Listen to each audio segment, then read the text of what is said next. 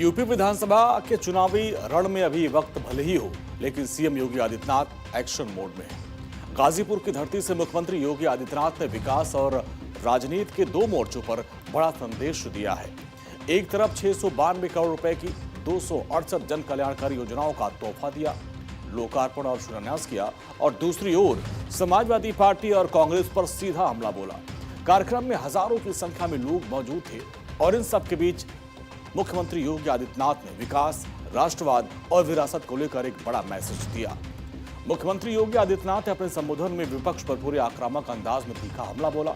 CM योगी ने कहा कि कुछ लोग महाराजा सुहेलदेव जैसे वीरों को भुलाकर सालार मसूद जैसे आक्रांताओं के नाम पर मेले लगवाए, लेकिन अब यूपी में इतिहास को सही परिप्रेक्ष्य में प्रस्तुत किया जा रहा है। आक्रांताओं का महिमा मंडल बंद कर दिया गया है।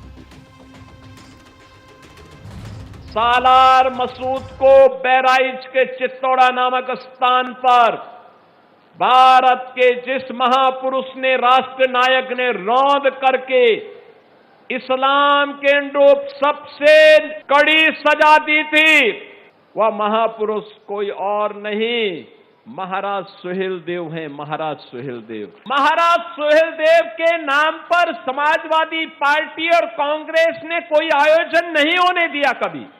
महाराज सुहेलदेव, जिनके शौर्य और पराक्रम से, जिनकी युक्ति से यह देश लंबे समय तक विदेशी आक्रांताओं की बर्बरता से बचा था, उनके प्रति कृतज्ञता ज्ञापित करने की बजाय कांग्रेस और समाजवादी पार्टी ने राष्ट्र नायकों का अपमान किया। ये लोग आक्रांता गाजी, सालार मसूद गाजी का मेला लगवाते थे। हमारी सरकार आई, हमने कहा नहीं, सालार मसूद का मेला नहीं लगेगा, मेला लगेगा तो महाराज सुहेलदेव की स्मृति में लगेगा। सीएम योगी ने कहा कि गाजीपुर की मिट्टी में हमेशा देशभक्ति और बलिदान की खुशबू आती है, प्रेरणा देती है। ये वही धरती है जिसने आतंक, लूटपाट और अराजकता के खिलाफ आवाज उठाई और देश की रक्षा के लिए हर दौर में अपने वीर सपूत दिए। याद करिए, आज भी देश की आजादी के आंदोलन रहे हो, देश स्वतंत्र भारत में भारत की सीमाओं की रक्षा करने की बात आती हो, अगर एशिया का सबसे बड़ा कोई गांव है तो अकेले गहमर में ही 12,000 सैनिक और अधिक सेना अधिकारी अकेले एक ही गांव में निवास करते हैं, जिन्होंने देश की आजादी की लड़ाई में भी योगदान दिया।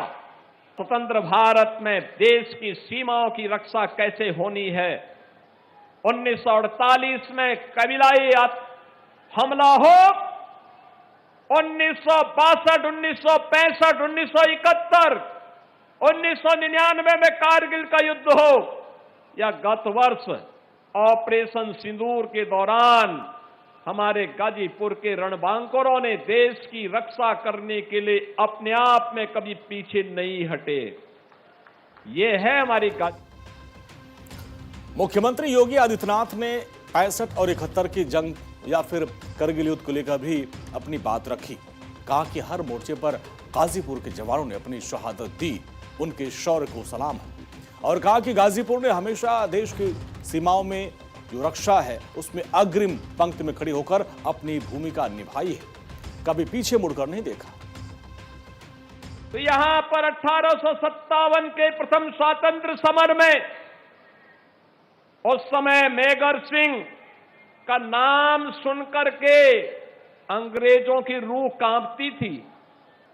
वे इसी धरती से थे।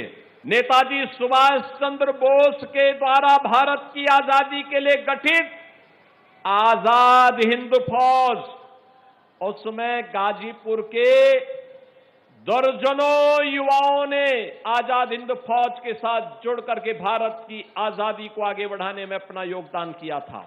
और याद करिए, 1965 के युद्ध में पाकिस्तान के पैटेन टैंक को ध्वस्त करने वाला बहादुर जवान भी वीर अब्दुल हमीद के रूप में इसी धरा ने दिया था, इसी गाजीपुर की धरा ने दिया था।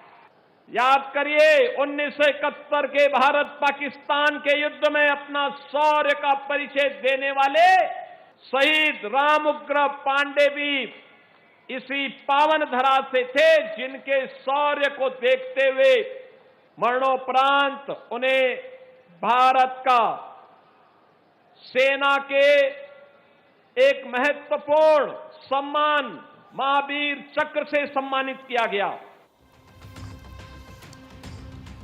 गाजीपुर सिर्फ एक जिला नहीं है, बल्कि पूर्वांचल की राजनीति का सबसे अहम केंद्र है। यहाँ सैनिक परिवारों की एक बड़ी संख्या है। राष्ट्रवाद, सुरक्षा के मुद्दे यहाँ गहरी पकड़ रखते हैं। विकास के लिहाज से 692 करोड़ की योजनाओं की सौगात यहाँ पर सीएम योगी ने दी। मुख्यमंत्री योगी आदित्यनाथ ने विकास का रिपोर्ट कार्ड भी पेश किया और वैचारिक लड़ाई का एजेंडा भी सेट कर दिया।